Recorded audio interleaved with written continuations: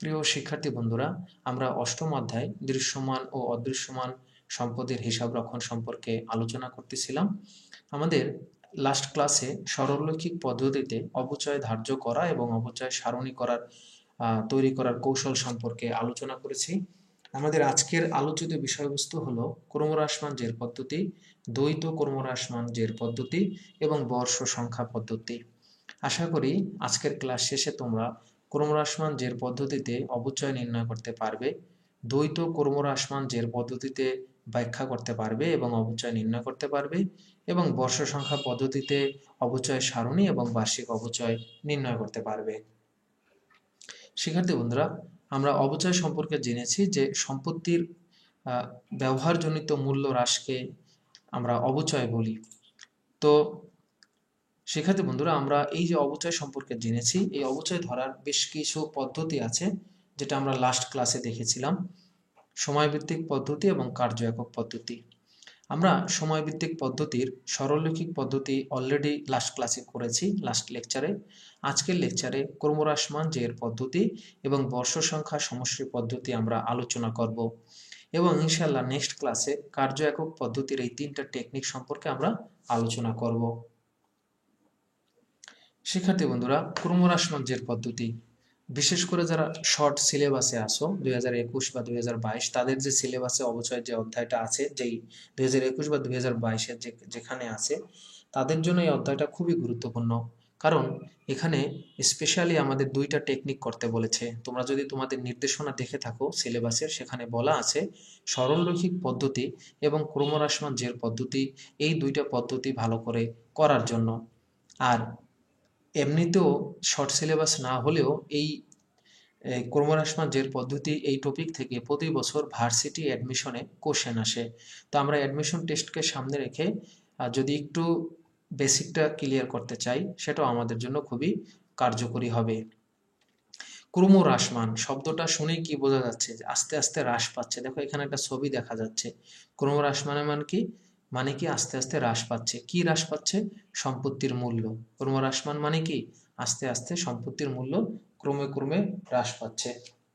অর্থাৎ যে পদ্ধতিতে সম্পদের বার্ষিক অবচয়ের পরিমাণ প্রতি বছর ক্রমান্বয়ে কমতে থাকে এবং একই সাথে সম্পত্তির মূল্য ক্রমে ক্রমে হ্রাস পেতে থাকে, তাকে আমরা ক্রমহ্রাসমান জের পদ্ধতি বলি। তো এই পদ্ধতির সবচেয়ে গুরুত্বপূর্ণ বিষয় যেটা, সেটা হলো এই পদ্ধতিতে সম্পত্তির ভগ্নাবশেষ মূল্য আসে না। অর্থাৎ সরলরৈখিক পদ্ধতিতে আমরা দেখেছি ক্রয় মূল্য থেকে ভগ্নাবশেষ মূল্য বাদ দিয়ে আমরা অবচয়যোগ্য মূল্যের উপর অবচয় ধরেছি।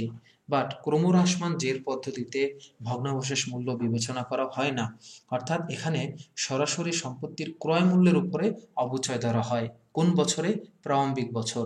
অর্থাৎ প্রথম বছরে সরাসরি সম্পত্তির ক্রয় মূল্যের উপরে অবচয় ধরা হয়, আর পরবর্তী বছরগুলোতে সম্পত্তির ক্রয় মূল্য থেকে পুঞ্জীবিত অবচয় বাদ দিয়ে, এই লাইনটা আমি একটু হাইলাইট করে দেই কারণ এটা খুবই গুরুত্বপূর্ণ। পরবর্তী বছরগুলোতে আমরা কি করব? সম্পত্তির ক্রয় মূল্য হতে পুঞ্জীবিত অবচয় বাদ দিয়ে যেই হ্রাসকৃত মূল্য আছে বা সম্পত্তির ডিডাক্টেড ভ্যালু, সম্পত্তির ক্রয় মূল্য হতে পুঞ্জীবিত অবচয় বাদ দিয়ে যেই সম্পত্তির যেই হ্রাসকৃত মূল্য থাকে, সেই সম্পত্তির সেই হ্রাসকৃত উদ্ধৃত বা মূল্যের উপরে আমরা নির্দিষ্ট হারে অবচয় ধরি। এই কারণে প্রতি বছর অবচয় ধার্যের ফলে সম্পত্তির বই মূল্য ক্রমে হ্রাস পেতে থাকে, কিন্তু অবচয়ের হার নির্দিষ্ট থাকে। অর্থাৎ শিক্ষার্থী বন্ধুরা, এই পদ্ধতিতে সম্পত্তির উদ্ধৃত প্রতি বছর হ্রাস পায়, মানে সম্পত্তির মূল্য প্রতি বছর হ্রাস পায়, একই সাথে অবচয়ের পরিমাণও প্রতি বছর কমতে থাকে বা হ্রাস পেতে থাকে।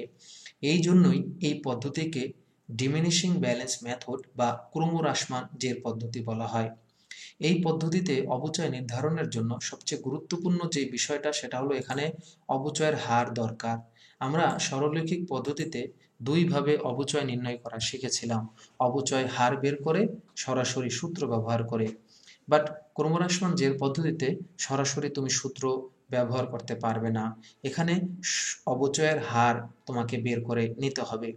এখন অবচয়ের হার যদি উদ্দীপকে দেওয়া থাকে 20%, 10%, 15%, দ্যাটস বেটার, তাহলে ওই অপচয়ের হার দিয়েই আমরা কিন্তু ক্রয় মূল্যের সাথে গুণ দিয়ে অপচয়টা বের করতে পারি। বাট ম্যাক্সিমাম সময়ে ক্রমহ্রাসমান জের পদ্ধতিতে অপচয়ের হারের পরিমাণ দেয়া থাকে না, অর্থাৎ আমাদেরকে অপচয়ের হার নির্ণয় করতে হয়। এখন প্রশ্ন হলো কিভাবে বের করব অপচয়ের হার? এখানে একটা সূত্র আছে, depreciation rate equals to 1 minus root over salvage value ভাগ cost root to the power n। অর্থাৎ আমরা যদি বাংলায় এটাকে বলতে চাই, এখানে স্যালভেজ ভ্যালুকে আমরা এস দ্বারা প্রকাশ করেছি। এস মানে স্যালভেজ ভ্যালু, ভগ্নাবশেষ মূল্য। কস্ট মানে সি মানে হলো ক্রয় মূল্য বা সম্পত্তির মোট ব্যয়। আর ইয়ার্স মানে হলো এন মানে হলো আনুমানিক আয়ুষ্কাল। আমরা যদি এটার বাংলা সূত্রটা দেখি, ক্রমহ্রাসমান জের পদ্ধতিতে অপচয়ের হার নির্ণয়ের সূত্র হলো 1 মাইনাস রুট ওভার ভগ্নাবশেষ মূল্য ভাগ সম্পত্তির মূল্য। এবং এখানে ছোট্ট একটা এন আছে। এখানে কি আছে শিক্ষার্থী বন্ধুরা? ছোট্ট একটা এন আছে। আমি এনটা দিয়ে দিচ্ছি, এনটা তোমরা তাহলে বুঝতে পারবা। এখানে ছোট একটা এন আছে, সূত্রে আমাদের ছোট একটা কি আছে শিক্ষার্থী বন্ধুরা? এন আছে। তাহলে সূত্রটা কি দাঁড়ালো শিক্ষার্থী বন্ধুরা? ক্রমহ্রাসমান জের পদ্ধতিতে অপচয়ের 1 মাইনাস রুট ওভার এন ভগ্নাবশেষ মূল্য ভাগ সম্পত্তির মূল্য। এবং টোটাল অ্যান্সারকে আমরা কি করব? 100 দিয়ে ভাগ দেব। এখানে এন মানে হলো number of useful life of the fixed asset, অর্থাৎ যে প্লান্ট অ্যাসেটের যে কয় বছর তুমি ব্যবহার করবা বা এর যে কার্যকর জীবনকাল, এটাকে আমরা এন দ্বারা প্রকাশ করছি। তো তুমি এই ইংলিশের সূত্র ব্যবহার করো, মান বসিয়ে লিখতে পারো, আবার সরাসরি এই বাংলা সূত্রটিও তুমি কি করতে পারো শিক্ষার্থী বন্ধুরা? অ্যাপ্লাই করতে পারো। আশা করি শিক্ষার্থী বন্ধুরা তোমরা ক্রমহ্রাসমান জের পদ্ধতিতে অপচয় হার নির্ণয় বুঝতে পেরেছ। আমরা অপচয় হারটা যদি বের করতে পারি, দেন আমরা ক্রয় মূল্যের সাথে এই অপচয়ের হারকে যদি গুণ দেই, তাহলে আমাদের বার্ষিক অপচয়টা বের হবে। এখন প্রশ্ন হলো, এই সূত্রটা আমরা কখন ব্যবহার করতে পারবো? যখন উদ্দীপকে আমাদের ভগ্নাবশেষ মূল্য দেওয়া থাকবে। যদি ভগ্নাবশেষ মূল্য দেওয়া না থাকে, তাহলে কিন্তু আমরা এই সূত্রটা ব্যবহার করতে পারবো না। ভালো করে খেয়াল করো, আবারও বলতেছি, ক্রমহ্রাসমান জের পদ্ধতিতে এই যে সূত্রটা, এই সূত্রটা আমরা কখন ব্যবহার করতে পারবো? যখন আমাদের উদ্দীপকে বা প্রশ্নে ভগ্নাবশেষ মূল্য দেওয়া থাকবে। যদি ভগ্নাবশেষ মূল্য দেওয়া না থাকে, সেক্ষেত্রে আমরা এই সূত্রটি ব্যবহার করতে পারবো না। এই পদ্ধতিতে অপচয় হার নির্ণয় করে বার্ষিক অপচয় নির্ণয় করলে আয়ুষ্কাল শেষে সম্পত্তির মূল্য ও ভগ্নাবশেষ মূল্য সমান হবে। অর্থাৎ শেষ বছরে গিয়ে আমাদের যে ভগ্নাবশেষ মূল্য থাকবে, সম্পত্তির পুস্তক মূল্য বা সম্পত্তির সমাপনী মূল্য এবং শেষ বছরে ভগ্নাবশেষ মূল্য দুটো কি হবে? সমান হবে। অর্থাৎ একেবারে শেষে গিয়ে সম্পত্তির যে মূল্যটা বাকি থাকবে, মানে পুস্তক মূল্য, এবং উদ্দীপকে দেওয়া ভগ্নাবশেষ মূল্য দুইটা ম্যাচ করবে বা দুইটা সমান হবে। এই পদ্ধতিতে অপচয়যোগ্য মূল্য বিবেচনা করা হয় না, যেটা আমি শুরুতেই বলেছি যে সরলরৈখিক পদ্ধতিতে অপচয়যোগ্য মূল্যের উপরে বার্ষিক অপচয় ধরা হয়, কিন্তু ক্রমহ্রাসমান জের পদ্ধতিতে অপচয়যোগ্য মূল্য দরকার হয় না। সরাসরি সম্পত্তির মোট মূল্য বা সম্পত্তির হ্রাসকৃত মূল্যের উপরে অপচয় ধরতে হয়। প্রথম বছরে সরাসরি সম্পত্তির মোট মূল্য এবং পরবর্তী বছরগুলোতে পুঞ্জীভূত অপচয় বাদ দিয়ে হ্রাসকৃত মূল্যের উপরে অপচয়টা ধরতে হয়। তো আমরা অপচয় নির্ণয় করে নেব। যদি অপচয়ের হার উল্লেখ করা থাকে, তাহলে আমাদের আলাদাভাবে অপচয় নির্ণয় করতে হবে না। তাহলে বিষয়টা কি দাঁড়ালো শিক্ষার্থী বন্ধুরা? ক্রমহ্রাসমান জের পদ্ধতিতে সবার আগে আমাদের অপচয় হার বের করতে হবে। এরপর সম্পত্তির ক্রয় মূল্যের সাথে এই অপচয় হার যদি আমরা গুণ দিই, প্রত্যেক বছরের অপচয়টা আমরা পেয়ে যাব। আর প্রথম বছরের অপচয় যখন ধরব, সরাসরি ক্রয় মূল্যের উপরে ধরব। নেক্সট বছরগুলোতে আমরা ক্রয় মূল্য থেকে পুঞ্জীভূত অপচয় বাদ দিয়ে হ্রাসকৃত মূল্যের উপরে অপচয় হার গুণ দিয়ে আমরা অপচয় ধরব। আমি এখনই তোমাদের অঙ্ক করাবো। অঙ্ক করাতে গিয়ে তোমাদের আরো যদি কোশ্চেন থাকে বা কোথাও গিয়ে যদি না বোঝো, ইনশাল্লাহ সেটাও তোমরা বুঝতে পারবে। এটা নিয়ে ইনশাল্লাহ তোমাদের কোনো প্রবলেম হবে না। শিক্ষার্থী বন্ধুরা, আমাদের সামনে যে উদ্দীপকটা গত ক্লাসে আমরা সলভ করেছিলাম সরল রৈখিক পদ্ধতিতে, সেই সেম উদ্দীপকটা আমরা ক্রমহ্রাসমান জের পদ্ধতিতেও সমাধান করব। চেরি কোম্পানি 1 জানুয়ারি 2013 সালে তাদের পণ্য সরবরাহের জন্য একটি ডেলিভারি ভ্যান ক্রয় করে। এখানে ডেলিভারি ভ্যানটি হলো স্থায়ী সম্পদ এবং এর সাথে বেশ কিছু তথ্য আছে। ক্রয় মূল্য 13,000 টাকা, ভগ্নাবশেষ মূল্য 2,000 টাকা এবং আনুমানিক আয়ুষ্কাল 5 বছর। শিক্ষার্থী বন্ধুরা, এখানে আমাদের উদ্দীপকে ভগ্নাবশেষ মূল্য দেওয়া আছে। ভগ্নাবশেষ মূল্য দেওয়া থাকলে আমরা ক্রমহ্রাসমান জের পদ্ধতিতে একটু আগে যে সূত্রটি দেখেছি সেই সূত্রটি ব্যবহার করে আমরা এখানে অপচয়টা বের করে নিতে পারি। শিক্ষার্থী বন্ধুরা, আমরা এটা এখন সলভ করব। তো আমাদের এখানে আমরা যদি দেখি যে ভগ্নাবশেষ মূল্য দেওয়া আছে, আমরা জানি যে ভগ্নাবশেষ মূল্য যদি দেওয়া থাকে তাহলে আমরা রুট ওভারের এই সূত্রটি ব্যবহার করতে পারি। তো আমাদের সামনে যে সূত্রটা আসছে আমরা দেখতে পাচ্ছি, আমরা একটু আগে যে সূত্রটা দেখেছিলাম, আমাদের যে সূত্র ছিল, এই যে আমাদের সূত্র 1 মাইনাস রুট ওভার ভগ্নাবশেষ মূল্য ভাগ সম্পত্তির মূল্য, এখানে n আছে গুণ 100। তো সেই সূত্রটাই কিন্তু আমরা এখানে আসলে ব্যবহার করছি শিক্ষার্থী বন্ধুরা। তো আমরা যদি এখন এখানে মানগুলো দেখতে চাই শিক্ষার্থী বন্ধুরা, তাহলে আমরা এই মানগুলো দেখতে পাবো। এখানে আমাদের ভগ্নাবশেষ মূল্য আছে 2,000 টাকা, এই হলো সেই ভগ্নাবশেষ মূল্য। আমাদের এখানে সম্পত্তির মূল যে ক্রয় মূল্য সেটা আসবে, এই হলো সম্পত্তির মূল ক্রয় মূল্য। আর এন এর মান হলো 5 বছর, এই হলো এন এর মান 5 বছর, তোমরা দেখতেই পাচ্ছ শিক্ষার্থী বন্ধুরা। আর আগে হবে একটা রুট আছে, আর টোটাল রেজাল্টকে আমরা 100 দিয়ে কি করব, ভাগ দেব। তো শিক্ষার্থী বন্ধুরা, আমি যদি একটু ভেঙে ভেঙে তোমাদের এটা করানো দেখাই তাহলে তোমাদের বুঝতে আশা করি সুবিধা হবে। তো এখানে 2,000 কে যদি আমরা 13,000 দিয়ে ভাগ দিই, 2,000 ভাগ 13,000, তাহলে আমাদের অ্যান্সার আসে এরকম 0.1538, এরকম একটা রেজাল্ট আসে 0.1538। তো এইটার উপরে আবার আমাদের কি আছে, রুট আছে। এইটার উপরে আমাদের কি আছে, রুট আছে। তো আমরা জানি যে রুট মানে, রুট যদি থাকে, রুট সমান সমান সেটার রেজাল্ট কি হয়, হাফ। তাহলে রুটের উপরে এখানে কি আছে আমরা যদি দেখি, এখানে রুটের উপরে আছে 5, তাহলে এইটার মান কি হবে, এইটা যদি আমরা লিখতে চাই তাহলে এইটার অবস্থা কিন্তু এরকম হবে 1/5, কারণ আমরা জানি রুট মানে হাফ, আর এখানে রুটের উপরে যেহেতু 5 আছে তার মানে এটা হবে কি 1/5। তো এটা আমরা কিভাবে দিব, আমাদের যে ক্যালকুলেটর আছে শিক্ষার্থী বন্ধুরা, সেই ক্যালকুলেটরে দেখবা এরকম একটা চিহ্ন আছে, এটা হলো পাওয়ারের চিহ্ন। তো এই পাওয়ারের চিহ্ন দেওয়ার পর আমরা একটা অবশ্যই ব্র্যাকেট দেব, মনে রাখবা ব্র্যাকেট না দিলে কিন্তু তোমার অঙ্ক ভুল হবে। তারপর 1/5 দেব। এভাবে যদি আমরা করি তাহলে আমাদের রেজাল্টটা আসবে 0.1538 পাওয়ার 1/5। এখানে অবশ্যই অবশ্যই ব্র্যাকেট দিয়ে নেবে শিক্ষার্থী বন্ধুরা। তো আমাদের রেজাল্ট এরকম আসে 0.6877, এরকম একটা রেজাল্ট আসে 0.6877। তো এর আগে আমাদের দেখো একটা 1 আছে, দেখো 1 মাইনাস অ্যান্সার, তাই না?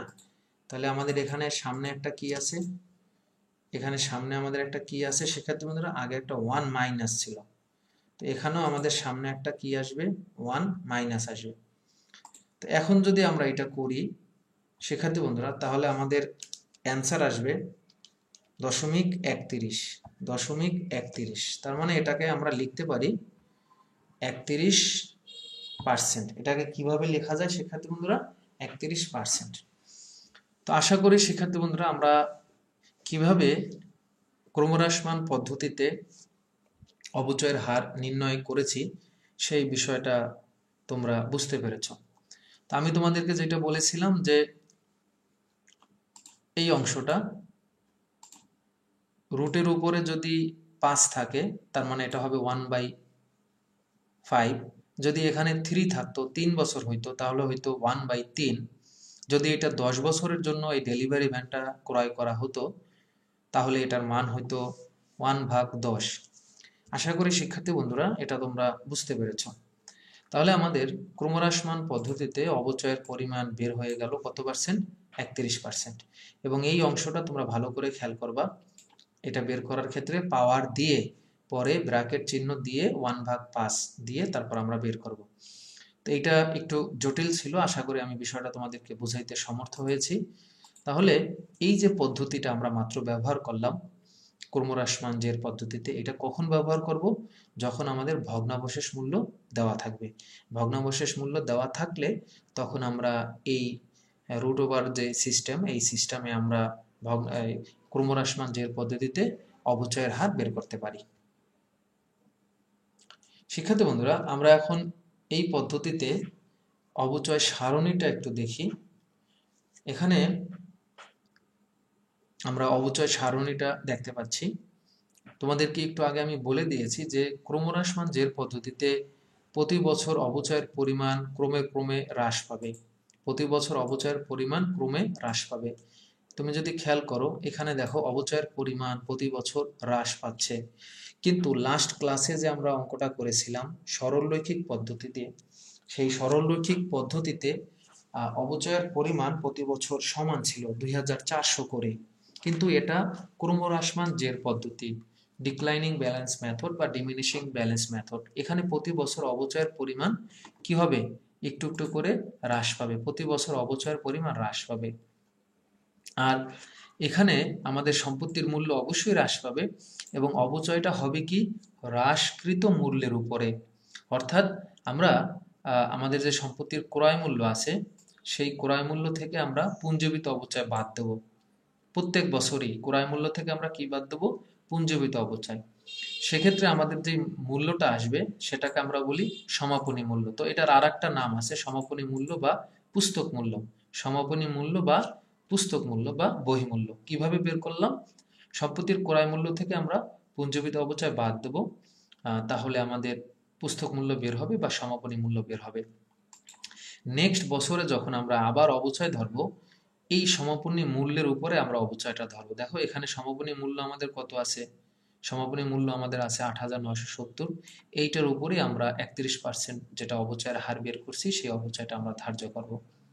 ঠিক পরের বছরে গিয়ে আবারও আমরা ক্রয় মূল্য থেকে আমাদের যে ক্রয় মূল্যটা আছে শিক্ষার্থী বন্ধুরা, সেই ক্রয় মূল্য থেকে আমরা আবার পুঞ্জীবিত অবচয় দ্বিতীয় বছরেটা বাদ দেব, তাহলে আমাদের পুস্তক মূল্য বা সমাপনী মূল্য বের হবে।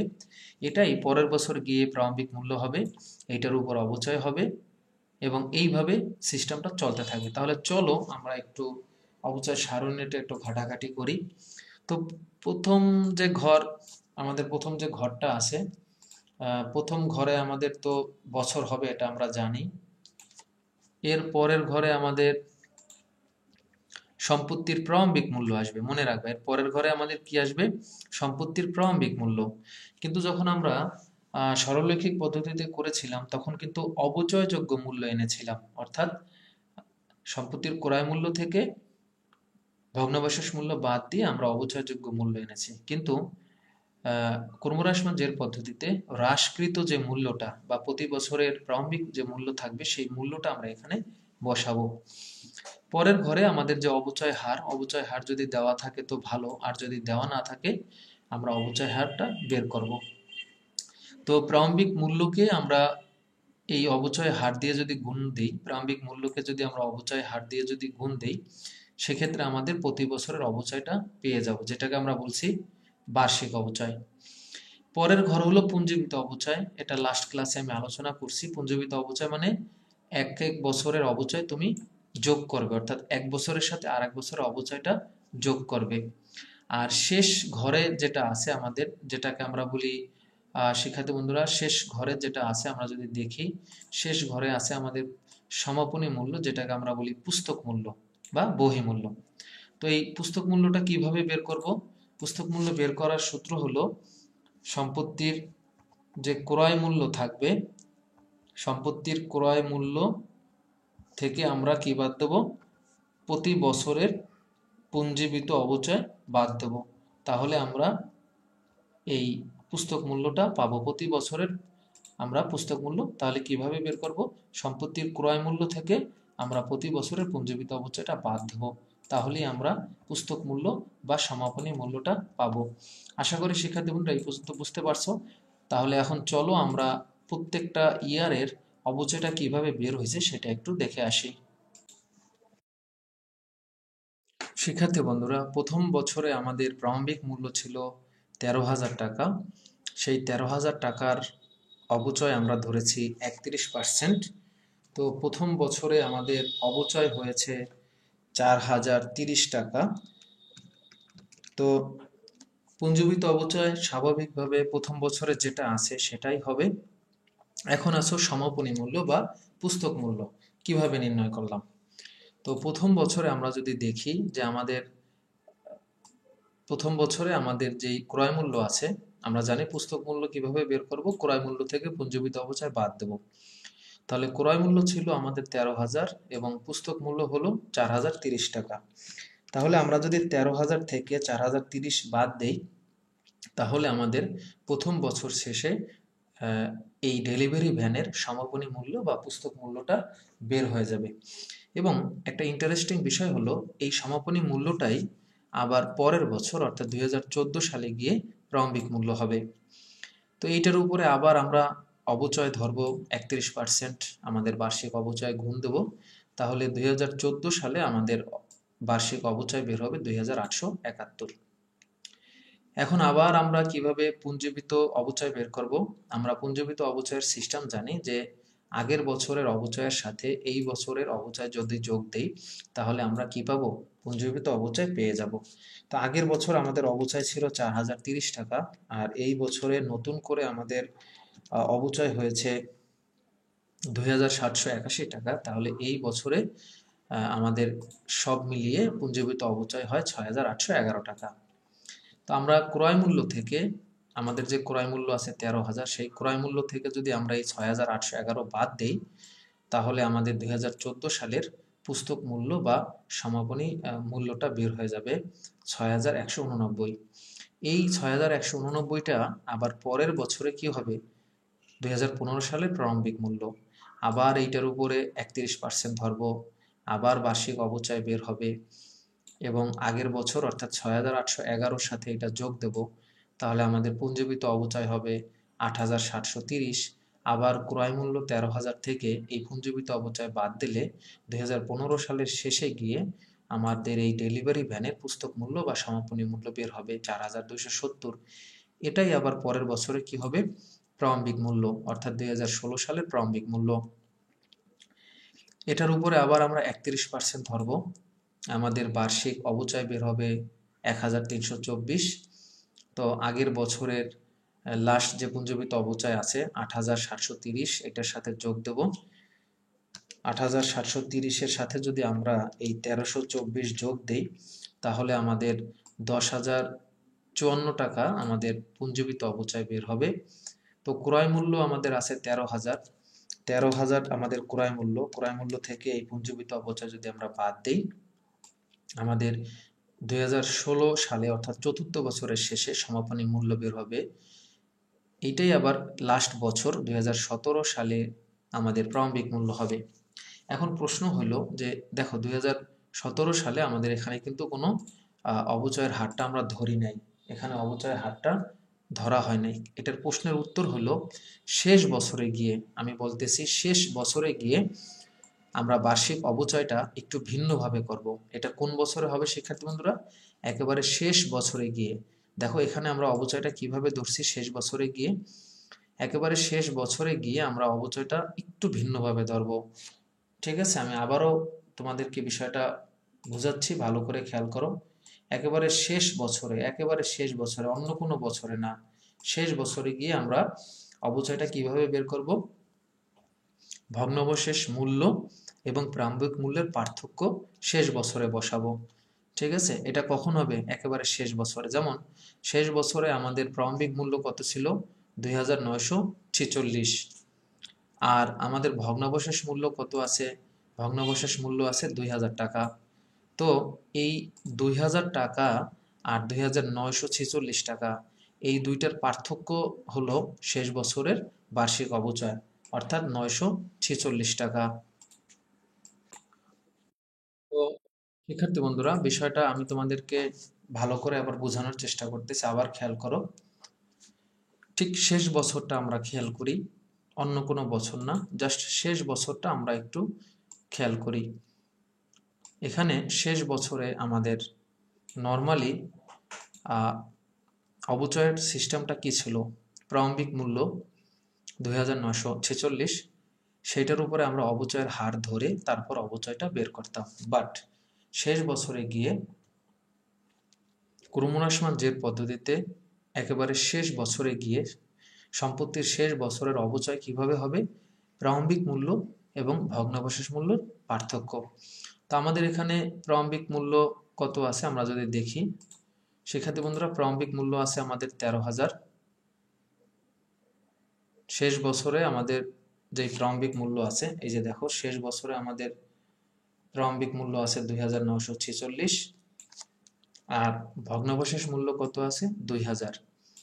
তাহলে 2946 হলো শেষ বছরের প্রারম্ভিক মূল্য, আর আমাদের শেষ বছরের প্রারম্ভিক মূল্য থেকে আমরা ভগ্নাবশেষ মূল্য 2000 বাদ দেব।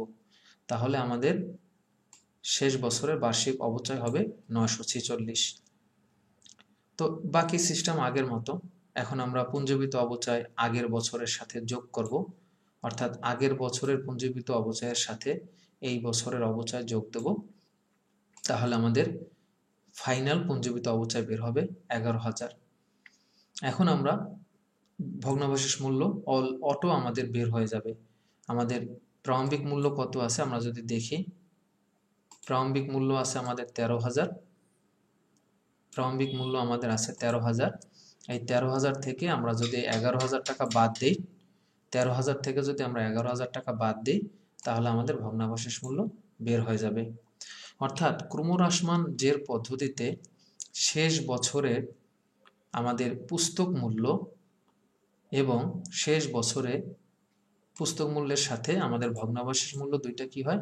সমান হয়। অর্থাৎ সমাপনী পুস্তক মূল্য ভগ্নাবশেষ মূল্যের সমান হবে। তো সেক্ষেত্রে বন্ধুরা, আশা করি বিষয়টা আমরা বুঝতে পেরেছি। শুধুমাত্র এই ক্রমহ্রাসমান জের পদ্ধতিতে গিয়ে আমাদের এইটা করতে হয়। যদিও আমরা লাস্ট ক্লাসে আমাদের যে সরলরৈখিক পদ্ধতি করেছি, সেই সরলরৈখিক পদ্ধতিতে অবচয়ের সিস্টেমের সাথে এই সিস্টেমের যে বেসিক পার্থক্য হলো, তার ভিতরে অন্যতম পার্থক্য হলো সরলরৈখিক পদ্ধতিতে প্রতি বছর আমরা ক্রয় মূল্যের উপরে ভগ্নাবশেষ মূল্য বাদ দিয়ে অবচয়যোগ্য মূল্যের উপরে অবচয় ধরি। আর ক্রমহ্রাসমান জের পদ্ধতিতে আমাদের পার্থক্যটা এখানেই যে ক্রমহ্রাসমান জের পদ্ধতিতে আমরা প্রতি বছর হ্রাসকৃত মূল্যের উপর ধরি। যেমন দেখো, প্রথম বছরে ধরেছিলাম 13,000-এর উপরে, পরে কিন্তু দেখো আবার আস্তে আস্তে হ্রাস পাচ্ছে। অর্থাৎ প্রতি বছর যে হ্রাসকৃত মূল্য, অর্থাৎ পুঞ্জীবিত অবচয় বাদ দেওয়ার পর যে পুস্তক মূল্য বা সমাপনী মূল্য, আমরা সেইটার উপরে কি করি? অবচয় ধরি। আর শেষ বছরে গিয়ে আমরা কি করব? শেষ বছরের প্রারম্ভিক মূল্য থেকে ভগ্নাবশেষ মূল্য বাদ দিয়ে যে অ্যামাউন্টটা হবে সেটাকে আমরা কি বলবো? বার্ষিক অবচয়। নর্মালি আমরা যেই অবচয়ের হার দিয়ে অবচয় বের করি, শেষ বছরে গিয়ে আমরা এই কাজটা করব না। আশা করি শিক্ষার্থী বন্ধুরা, তোমরা ক্রমহ্রাসমান জের পদ্ধতিতে অবচয় সিস্টেম, অবচয় তালিকা কিভাবে তৈরি করি সেটা তোমরা বুঝতে পেরেছ। শিক্ষার্থী বন্ধুরা, এই ক্রমহ্রাসমান জের পদ্ধতিতে কিন্তু কিছু সমস্যা আছে। কারণ এই যে আমি তোমাদেরকে বললাম মাত্র যে ক্রমহ্রাসমান জের পদ্ধতি, যেটা আমি একটু আগে আলোচনা করেছি, সেখানে ভগ্নাবশেষ মূল্য যদি থাকে সেক্ষেত্রে আমরা এই পদ্ধতি ব্যবহার করি। কিন্তু অনেক সময় এমনও হতে পারে ভগ্নাবশেষ মূল্য নাই, বা এই পদ্ধতির আরেকটা সমস্যা হলো এই পদ্ধতিতে তুমি এক্সাক্ট কিন্তু অবচয়ের মানটা, অবচয়ের হারটা পাচ্ছ না। আমরা কিন্তু অবচয়ের যে হারটা ধরছি 31%, দেখবা অনেক সময় এটা এক্সাক্ট মান নাও হতে পারে। তো এই যে আমরা ক্রমহ্রাসমান যে পদ্ধতি করছি, এইটার এই কিছু সমস্যা আছে, এই সমস্যা দূর করার জন্যই আমরা দ্বৈত ক্রমহ্রাসমান জের পদ্ধতি ব্যবহার করি। অর্থাৎ ক্রমহ্রাসমান জের পদ্ধতিতে অবচয় হার নির্ণয় করে বার্ষিক অবচয় নির্ণয় করলে আয়ুষ্কাল শেষে সম্পত্তির বহির্মূল্য ও ভগ্নাবশেষ মূল্য সমান হবে। কিন্তু এই পদ্ধতিতে অবচয় হার নির্ণয় করা একটু জটিল। এই কারণে আমরা দ্বিগুণ ক্রমহ্রাসমান জের পদ্ধতি বা দ্বৈত ক্রমহ্রাসমান জের পদ্ধতি ব্যবহার করি। এটা আরো সহজ। কোনো কোনো সম্পত্তির ক্ষেত্রে দেখা যায় যে সম্পত্তির কার্যকর জীবনকালের প্রাথমিক বছরগুলোতে বেশি সেবা পাওয়া যায় এবং শেষের বছরগুলোতে সেবার মান কমতে থাকে। যেমন কম্পিউটার মেশিনের প্রথম দিকে যত ভালো কাজ করে, কয়েক বছর ব্যবহারের পর তার কাজের মান হ্রাস পায়, কাজের গতি কমে যায় এবং মেরামত খরচ বৃদ্ধি পায়। তাই এই সকল সম্পত্তির অবচয় নির্ধারণের পদ্ধতি এমন হওয়া উচিত যাতে প্রাথমিক বছরগুলোতে অধিক পরিমাণ অবচয় হয় এবং শেষের বছরগুলোতে অবচয়ের পরিমাণ কম হয়। এরূপ পদ্ধতির একটি হলো দ্বৈত ক্রমহ্রাসমান জের পদ্ধতি বা দ্বিগুণ ক্রমহ্রাসমান জের পদ্ধতি, ডাবল ডিক্লাইনিং ব্যালেন্সিং মেথড। এক্ষেত্রে অবচয়ের পদ্ধতির হার সরলরৈখিক পদ্ধতির অবচয়ের হারের দ্বিগুণ হয় এবং খুবই সহজ একটা পদ্ধতি। আমরা তাহলে দেখি এই পদ্ধতিতে কিভাবে আমরা অবচয় হার নির্ণয় করব। আগের মতো রুট এরকম জটিল ক্যালকুলেশনের দরকার নাই। অর্থাৎ ক্রমহ্রাসমান জের পদ্ধতি মানে তুমি এইটাও ব্যবহার করতে পারো। এখন যে সূত্র আমরা দেখতে যাচ্ছি, সরলরৈখিক পদ্ধতির অবচয়ের হারকে 2 দ্বারা গুণ করে যে অবচয় হার পাওয়া যায় সেই অবচয়ের হারকে ক্রমহ্রাসমান জের পদ্ধতিতে আমরা চালিয়ে নেই এবং এটা যেহেতু 2 দিয়ে গুণ দেওয়া হয় তাই এটাকে দ্বিগুণ ক্রমহ্রাসমান জের পদ্ধতি বা দ্বৈত ক্রমহ্রাসমান জের পদ্ধতি বলা হয়। অর্থাৎ সরলরৈখিক পদ্ধতিতে আমরা যে হারটা পেয়েছি, শিক্ষার্থী বন্ধুরা লাস্ট ক্লাসে 100% ভাগ বছর, জাস্ট এটাকে আমরা 2 দিয়ে গুণ দেব। এই পদ্ধতিতে অবচয় নির্ণয় একেবারে সেম ক্রমহ্রাসমান জের পদ্ধতির মতো। দ্বিগুণ ক্রমহ্রাসমান জের পদ্ধতিতে অবচয় হারের সূত্র কি? এই যে সরলরৈখিক পদ্ধতির যে অবচয় হার যেটা আমরা লাস্ট ক্লাসে দেখেছিলাম 100% ভাগ আনুমানিক আয়ুষ্কাল, জাস্ট এটাকে আমরা কি করব 2 দিয়ে গুণ দিয়ে দেব। তো অনেক লেখক বলে যে এই পদ্ধতিটা ভগ্নাবশেষ মূল্য যখন দেওয়া থাকে না তখন এই পদ্ধতিটা ব্যবহার করা উচিত, কিন্তু প্র্যাকটিক্যালি ভগ্নাবশেষ মূল্য থাকুক বা ভগ্নাবশেষ মূল্য না থাকুক, ক্রমহ্রাসমান জের বললেই তুমি এই পদ্ধতি ব্যবহার করবে। এটা তুলনামূলক সহজ পদ্ধতি। অর্থাৎ আগের ওই রুট ওভারের যে সূত্র আমরা দেখেছিলাম ওইটা ব্যবহার না করে তুমি এই পদ্ধতি মাধ্যমে অবচয় হার বের করলে তোমার অঙ্ক হবে, কোনো ভুল হবে না। তার মানে শিক্ষার্থী বন্ধুরা আমরা যদি এখানে একটু দেখি ক্রমহ্রাসমান জের পদ্ধতি এবং দ্বিগুণ ক্রমহ্রাসমান জের পদ্ধতি, দুই পদ্ধতি আমরা কি করতে পারি, আমাদের অবচয় হার বের করতে পারি। তো এখানে আমাদের যখন ভগ্নাবশেষ মূল্য দেওয়া থাকে শিক্ষার্থী বন্ধুরা তখন আমরা এই পদ্ধতিটা বেশি অ্যাপ্লিকেবল হয়। অর্থাৎ এই পদ্ধতিতে প্রথম যে পদ্ধতিটা যেটা আমরা স্ক্রিনে দেখতে পাচ্ছি এই পদ্ধতিটা, অর্থাৎ এই পদ্ধতিতে আমরা তখনই ব্যবহার করতে পারবো যখন আমাদের কি দেওয়া থাকবে শিক্ষার্থী বন্ধুরা, ভগ্নাবশেষ মূল্য দেওয়া থাকবে। আমি আবারও বলতেছি, যখন কেবলমাত্র ভগ্নাবশেষ মূল্য দেওয়া থাকবে তখনই আমরা এই পদ্ধতিটা 100% ব্যবহার করতে পারবো। কিন্তু ভগ্নাবশেষ মূল্য যদি দেওয়া না থাকে তাহলে এই পদ্ধতিটা আমরা ব্যবহার করতে পারবো না। আর নিচের যে পদ্ধতিটা আছে ভগ্নাবশেষ মূল্য থাকুক বা না থাকুক, এটা সবচেয়ে সহজ পদ্ধতি। অর্থাৎ ক্রমহ্রাসমান যে পদ্ধতির ভিতরে এটা সবচেয়ে সহজ পদ্ধতি।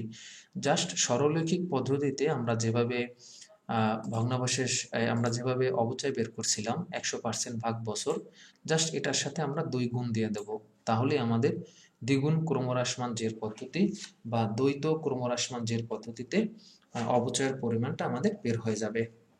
আশা করি শিক্ষার্থী বন্ধুরা বিষয়টা তোমরা খুব সহজে বুঝতে পেরেছ।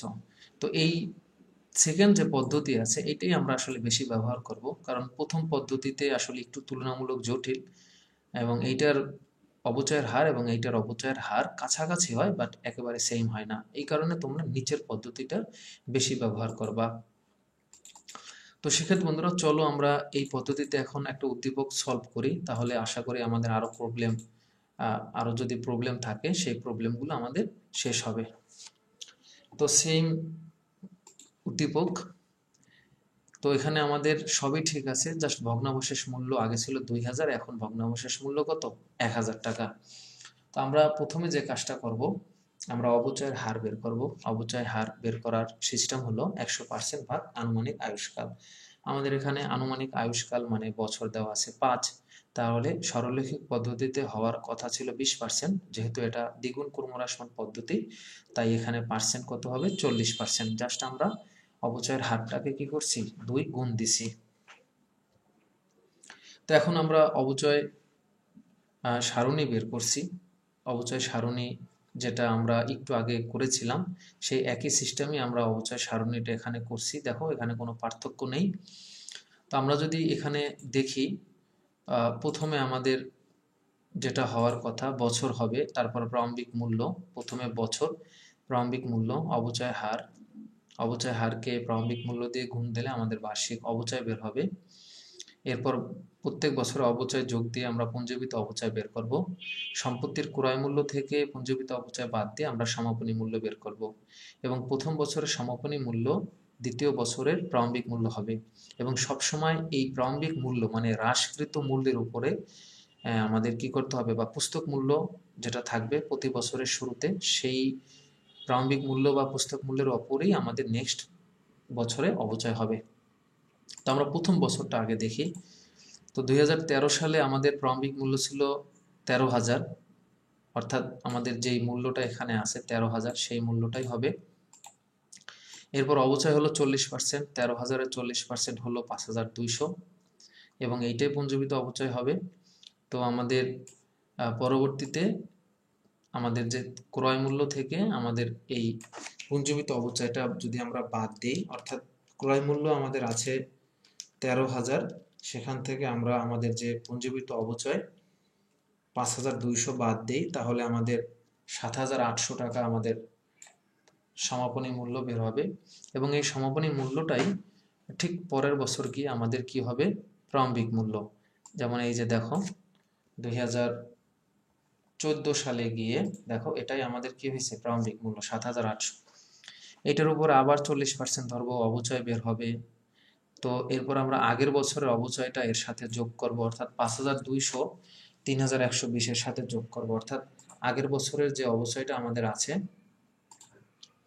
আগের বছরের অবচয়টা আমরা এটার সাথে যোগ করলে আমাদের কি বের হবে পুঞ্জীভূত অবচয় বের হবে।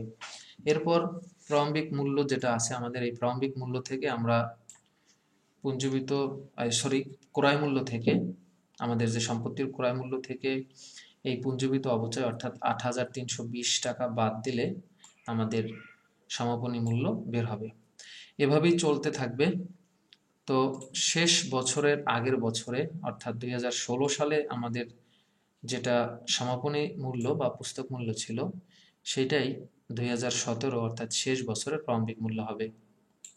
কিন্তু শেষ বছরে গিয়ে এখানে যে 40% আছে সেই 40% হিসাব ধরে আসলে আমরা আমাদের বার্ষিক অবচয় বের করব না, অর্থাৎ এইটা আমরা এই সিস্টেমে বের করব না।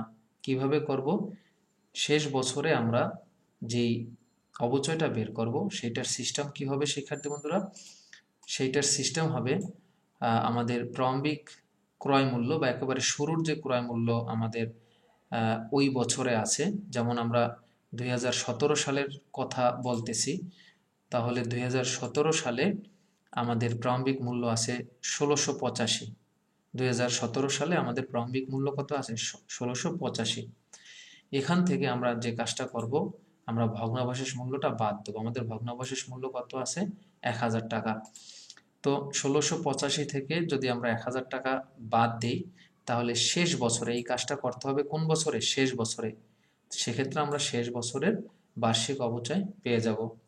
এরপর বাকি কাজ আগের মতো, আগের বছরের পুঞ্জীভূত অবচয়ের সাথে আমরা এই 2017 অর্থাৎ শেষ বছরের অবচয়টা যোগ করব, অর্থাৎ আগের বছরের পুঞ্জীভূত অবচয় ছিল 11,315 টাকা, সেটার সাথে আমরা 685 টাকা যোগ দেব, তাহলে আমাদের পুঞ্জীভূত অবচয় বের হবে 12,000 টাকা। আমরা আমাদের যে ক্রয় মূল্য আছে ক্রয় মূল্য থেকে আমরা সেই পুঞ্জীভূত অবচয় 12,000 টাকা যদি বাদ দেই তাহলে আমাদের সমাপনী পুস্তক মূল্য বের হবে 1,000 টাকা। এবং এখানে যেহেতু আমাদের ভগ্নাবশেষ মূল্য আছে, তাই সমাপনী শেষ বছরের সমাপনী পুস্তক মূল্য বা সমাপনী মূল্য এবং ভগ্নাবশেষ মূল্য দুইটা কি হবে শিক্ষার্থী বন্ধুরা সমান হবে, ক্রমহ্রাসমান পদ্ধতিতে সমান হবে। অর্থাৎ এখানে সম্পত্তির শেষ বছরের অবচয় হবে কি ওই শেষ বছরের প্রারম্ভিক মূল্য এবং ভগ্নাবশেষ মূল্যের পার্থক্য। আশা করি শিক্ষার্থী বন্ধুরা তোমরা বুঝতে পেরেছো বিষয়টা। এখন আমরা যে কাজটা করব শিক্ষার্থী বন্ধুরা সেটা হলো বর্ষ সংখ্যা পদ্ধতিতে আমরা অঙ্ক করব। তবে তার আগে একটু কথা বলি, স্ট্রেট লাইন মেথড এবং দ্বৈত ক্রমহ্রাসমান জের পদ্ধতির পার্থক্য হলো স্ট্রেট লাইন মেথডে প্রতি বছর অবচয় সমান থাকে, আর দ্বৈত ক্রমহ্রাসমান জের পদ্ধতি বা ক্রমহ্রাসমান জের পদ্ধতিতে অবচয় প্রতি বছর ক্রমে ক্রমে হ্রাস পায়। বর্ষ সংখ্যা পদ্ধতি, এই পদ্ধতিতে সম্পত্তির অবচয়যোগ্য মূল্যকে সম্পত্তির আয়ুষ্কালের বছরগুলোর সংখ্যার যোগফল দিয়ে ভাগ করে প্রতি বছরে সম্পত্তির অবশিষ্ট আয়ুষ্কাল যত বছর থাকে তা দিয়ে গুণ করে বার্ষিক অবচয় নির্ধারণ করতে হয়। অর্থাৎ প্রথমে আমাদের যে কাজটা করতে হবে এই পদ্ধতিতে অবচয়যোগ্য মূল্য বের করতে হবে। শিক্ষার্থী বন্ধুরা খেয়াল করো, এই পদ্ধতিতে প্রথমে আমাদের কি বের করতে হবে? অবচয়যোগ্য মূল্য। সর্বপ্রথম আমাদের যে কাজটা শিক্ষার্থী বন্ধুরা সেটা হলো কি অবচয়যোগ্য মূল্য আমরা বের করব। এরপর আমরা যে কাজটা করব শিক্ষার্থী বন্ধুরা, এরপর আমাদের আয়ুষ্কালের বছরগুলোর সংখ্যার যোগফল, অর্থাৎ তোমার কয় বছর তোমার এই সম্পত্তির আয়ুষ্কাল আছে। যদি 5 বছর থাকে তাহলে 5, 4, 3, 2, 1, তাহলে বছর হলো কয়টা? 5টা না? পঞ্চম বছর, চতুর্থ বছর, তৃতীয় বছর, দ্বিতীয় বছর, প্রথম বছর, 5, 4, 3, 2, 1 সবগুলো যোগ করবা এবং তুমি যেই বছরের অবচয় বের করবা, যেমন প্রথম বছরের অবচয় যদি বের করো সেক্ষেত্রে তোমার অবশিষ্ট আয়ুষ্কাল কত? 4 বছর। তুমি যদি দ্বিতীয় বছরের অবচয় বের করো সেক্ষেত্রে তোমার কয় বছর বাকি আছে? 3 বছর। তো এভাবে নিচে থাকবে মোট বছর সংখ্যা আর উপরে থাকবে তুমি যে বছর বের করবা তার বাদ বাকি যে কয় বছর বাকি থাকে এবং টোটালটা আমরা অবচয়যোগ্য মূল্য দিয়ে গুণ দেব। এইভাবে আমরা অবচয়টা বের করব। তো তোমাদের কাছে বিষয়টা একটু জটিল মনে হতে পারে, আমি এখন দেখাচ্ছি, তোমরা খেয়াল করো। তো প্রথমে হলো আমাদের বর্ষ সংখ্যার সমষ্টি নির্ণয়, অর্থাৎ তোমার নিচে নিচে যেটা ভাগ দেবো অর্থাৎ আয়ুষ্কালের বছরগুলোর সংখ্যার সমষ্টি। তো এইটা বের করার দুইটা পদ্ধতি আছে। প্রথম হলো n into n+1 divide by 2। এইভাবেও কিন্তু তুমি বর্ষ সংখ্যার যোগফল বের করতে পারো। যেমন এখানে n মানে হলো মোট আয়ুষ্কাল। আর একটা পদ্ধতি আমাদের আছে শিক্ষার্থী বন্ধুরা, সেই পদ্ধতিটাও আমরা দেখব। সেই পদ্ধতির মাধ্যমেও কিন্তু আমাদের এই বর্ষ সংখ্যার সমষ্টি বের করা যায়। তো আমি যদি এখানে তোমাদেরকে বলি ধরো তোমার 4 বছর আছে। কয় বছর আছে? 4 বছর। তো তোমার এখানে মোট বছর তাহলে কয়টা? 1 প্রথম বছর, 2 দ্বিতীয় বছর, 3 তৃতীয় বছর, 4 চতুর্থ বছর। তাহলে মোট আসে কত? 4 আর 3 7, 7 আর 2 9, 9 আর 1 10। এভাবে তুমি করতে পারো, অথবা এখানে যে সিস্টেম দেওয়া আছে অর্থাৎ এই সিস্টেমেও তুমি এভাবেও করতে পারো। এভাবে করলে তোমার দ্রুত বের হবে। এভাবে করলে কি বের হবে? খুব দ্রুত তোমার বের হয়ে যাবে। কিরকম? এই সিস্টেমটা যদি আমরা অ্যাপ্লাই করি, n মানে মোট আনুমানিক আয়ুষ্কাল, এখানে মোট আনুমানিক আয়ুষ্কাল 4 ইন্টু 4 প্লাস সূত্রের 1 ডিভাইডেড বাই 2। তাহলে উপরে আমাদের কত থাকে? উপরে থাকে আমাদের 4 ইন্টু এখানে 4 আর 1 কত হয়? 5 আর ভাগ হয় 2। তাহলে 20 ভাগ উপরে থাকে 20, নিচে থাকে 2, তাহলে আমাদের কত হয়? 10। তাহলে তুমি এই সিস্টেমেও বের করতে পারো, অর্থাৎ নিচে মোট বর্ষ সংখ্যা এটা আমাদের আগে বের করতে হবে। যতগুলো বছর আছে সব বছরের যোগফল কত সেটা আমাদের আগে বের করতে হবে। তো তুমি উপরের যে সিস্টেমটা আমি দেখাইলাম এইভাবেও তুমি বের করতে পারো, আবার এভাবে সূত্র ফলাইও বের করতে পারো। তো অঙ্ক করতে গেলে এই বিষয়গুলো তোমাদের আরো ক্লিয়ার হবে। তো যেমন আমি যদি উদাহরণ বলি, এক্ষেত্রে প্রথম বছরের অবচয় কিভাবে বের করবা? প্রথম বছরের অবচয় হলো নিচে হলো বর্ষ সংখ্যার সমষ্টি, অর্থাৎ যতগুলো বছর আছে সব বছরের যোগফল, যতগুলো বছর আছে সব বছরের যোগফল, এটা আসবে কোথায়? নিচে। যেমন একটু আগে আমরা দেখলাম 4 বছর যদি হয় তাহলে 1 2 3 4 মোট যোগফল হয় 10। আর উপরে হলো তোমার যেই বছরের অবচয় বের করবা এই বছরটা বাদে আর কয় বছর থাকে। যেমন আমি যদি বলি যে প্রথম বছরে, অর্থাৎ প্রথম বছরে তোমার পুরো কিন্তু 5 বছরেই বাকি থাকবে। যদি তুমি ডেলিভারি ভ্যানের মেয়াদ হয় 5 বছর বা সম্পত্তির মেয়াদ হয় 5 বছর, যদি তুমি 4 বছরের অঙ্ক করো তাহলে প্রথম বছরে তোমাদের পুরো 4 বছরই বাকি থাকবে, মানে 4 হবে। তো এখানে আমরা যেই রেজাল্টটা পাবো এই অংশ থেকে আমরা যেই ফ্র্যাকশনটা পাবো এটা হলো আমাদের অবচয় হার। অর্থাৎ এই অংশ থেকে আমরা যেটা পাবো এটাকে আমরা বলি অবচয় হার। এই অবচয় হারকে আমরা অবচয়যোগ্য মূল্য দিয়ে গুণ দেব। অর্থাৎ সম্পত্তির মোট ক্রয় মূল্য থেকে ভগ্নাবশেষ মূল্য বাদ দিলে কি বের হয়? অবচয়যোগ্য মূল্য, যেটা আমরা জানি। তাহলে আদতে বিষয়টা কি দাঁড়ালো শিক্ষার্থী বন্ধুরা? উপরে আমরা ভাগ দেব যত বছর বাকি থাকবে, উপরে ভাগ দেব কি যত বছর বাকি থাকে, আর এর সাথে টোটাল রেজাল্টটা যে অবচয় হার বের হবে এখানে এটার সাথে গুণ দেব অবচয়যোগ্য মূল্য। এখন আসো দ্বিতীয় বছর। দ্বিতীয় বছরে নিচে থাকবে মোট বছরের যোগফল, যেমন 10। 4 বছরের অঙ্ক আমরা একটু আগে দেখেছি, যদি মেয়াদকাল বা বছর বা আয়ুষ্কাল সম্পত্তির 4 বছর থাকে নিচে হবে 10।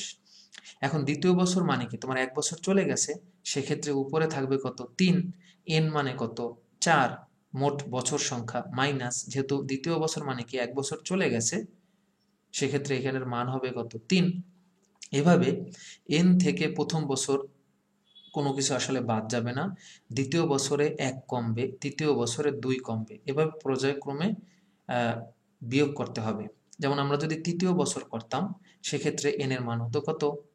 যেহেতু আমাদের তৃতীয় বছর মানে কি আমাদের এন থেকে 2 বছর চলে গেছে, তার মানে তৃতীয় বছর 2 বছর চলে গেছে, তখন এন এর মান আমরা কত ধরতাম? 4 মাইনাস 2, 2 ধরতাম। তো এখন আমরা অঙ্কে যাই, অঙ্কে গেলে দেখবে এগুলো আলো তোমাদের ক্লিয়ার হবে। তো এখানে সেম অঙ্ক, আগের যে অঙ্কটা নিয়ে আসছি এই অঙ্কটাই আমরা এখন বর্ষ সংখ্যা পদ্ধতিতে অঙ্কটা করব। তাহলে প্রথম আমাদের কাজ হলো মোট বছরের যোগফল, এটা আমরা 2 ভাবে বের করতে পারি। তোমাদের সেই 2টা ভাবেই আমি দেখাচ্ছি। যেমন এখানে বছর কয়টা? 5টা।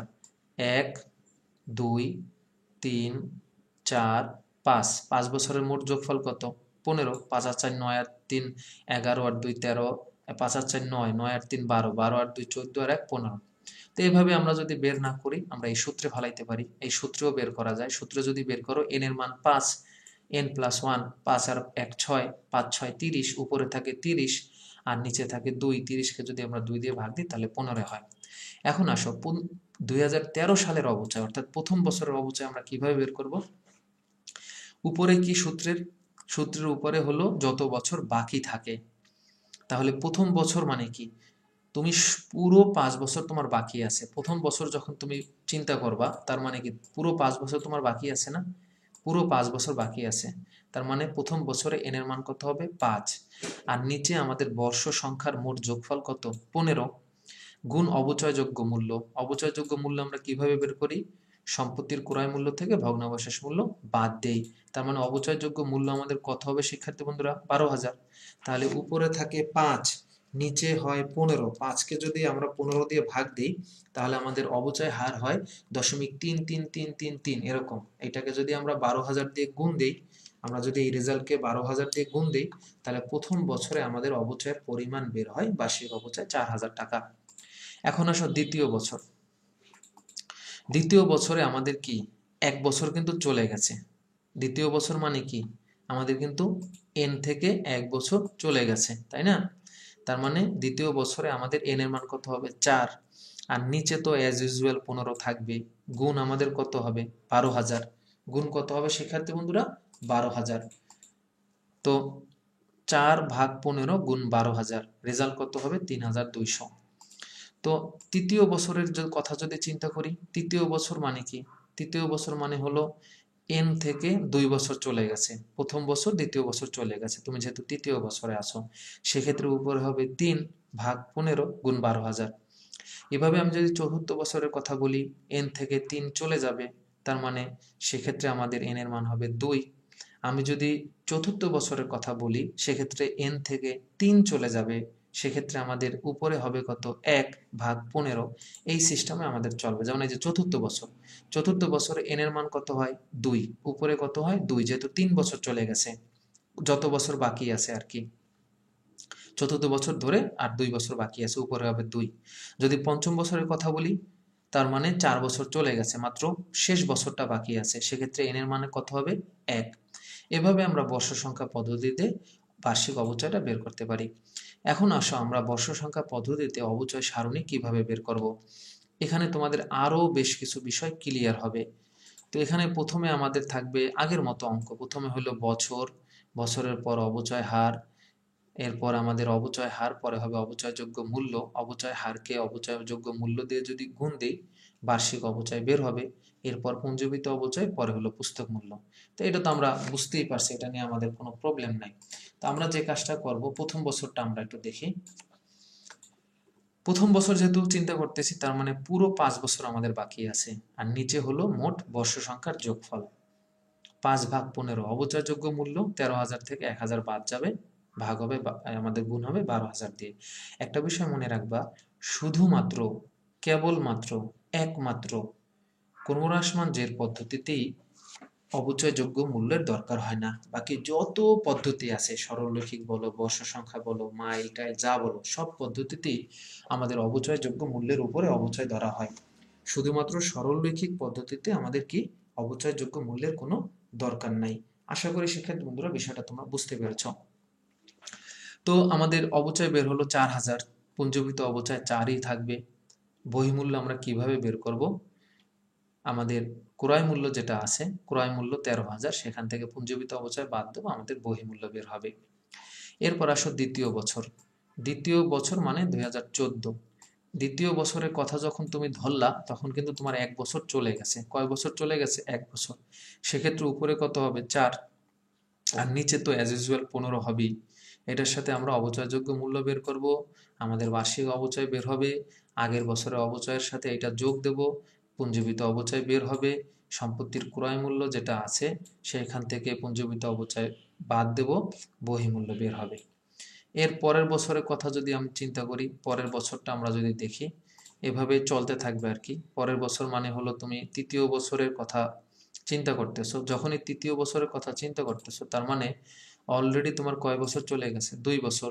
তার মানে n থেকে 2 বছর চলে যাবে, n মানে হলো 5, তাহলে তোমার আর বছর থাকবে 3।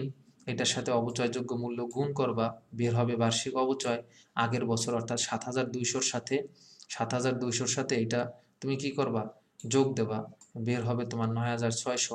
এই পুঞ্জীভূত অবচয় যেটা আছে, পুঞ্জীভূত অবচয় থেকে এটা তুমি বাদ দেবা, তখন তোমার বের হবে কি, বহিমূল্য। এভাবে আর কি চলতে থাকবে। শেষ বছরে 2017 আমাদের 4 বছর চলে গেছে, তাই না? এই যে দেখো, 1, 2, 3, 4। শেষ বছরের কথা যখন তুমি বলবা, তোমার কয় বছর চলে যাবে, 4 বছর। সেক্ষেত্রে n এর মান হবে 1, যেহেতু 1 বছর বাকি আছে। এভাবে এটার সাথে অবচয়যোগ্য মূল্য গুণ দেবা, রেজাল্ট বের হবে 800। আগের পঞ্জীভূত অবচয় কত আছে, 11,200।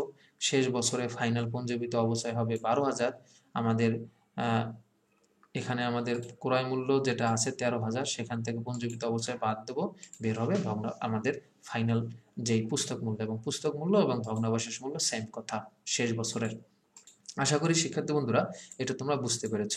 তো আজকে একটা বড় ক্লাস নিয়েছি শিক্ষার্থী বন্ধুরা। তানজির হোসেন রাব্বি স্যার চেষ্টা করেছে তোমাদেরকে ক্রমহ্রাসমান জের পদ্ধতি, দ্বৈত ক্রমহ্রাসমান জের পদ্ধতি এবং বর্ষ সংখ্যা পদ্ধতিকে ক্লিয়ার করার জন্য। তা আমি তোমাদেরকে অনুরোধ করব, তোমাদের কাছে যে টেক্সচুয়াল বই আছে সেই বইয়ের উদাহরণগুলো দেখো। আবার আমি যখন থ্রোলি অঙ্ক করানো শুরু করব, তখনও তোমাদের আরো অনেক সমস্যার সমাধান হবে। নেক্সট ক্লাসে শিক্ষার্থী বন্ধুরা আমরা আরো কিছু পদ্ধতি নিয়ে হাজির হব। অর্থাৎ আমরা কিন্তু অলরেডি সময় ভিত্তিক পদ্ধতি শেষ করেছি। নেক্সট ক্লাসে আমরা কার্য একক পদ্ধতি সম্পর্কে আলোচনা করব, কর্মঘণ্টা পদ্ধতি, উৎপাদন একক পদ্ধতি এবং মাইলেজ পদ্ধতি। সবাই ভালো থাকো, নিরাপদে থাকো। আসসালামু আলাইকুম ওয়া রাহমাতুল্লাহ।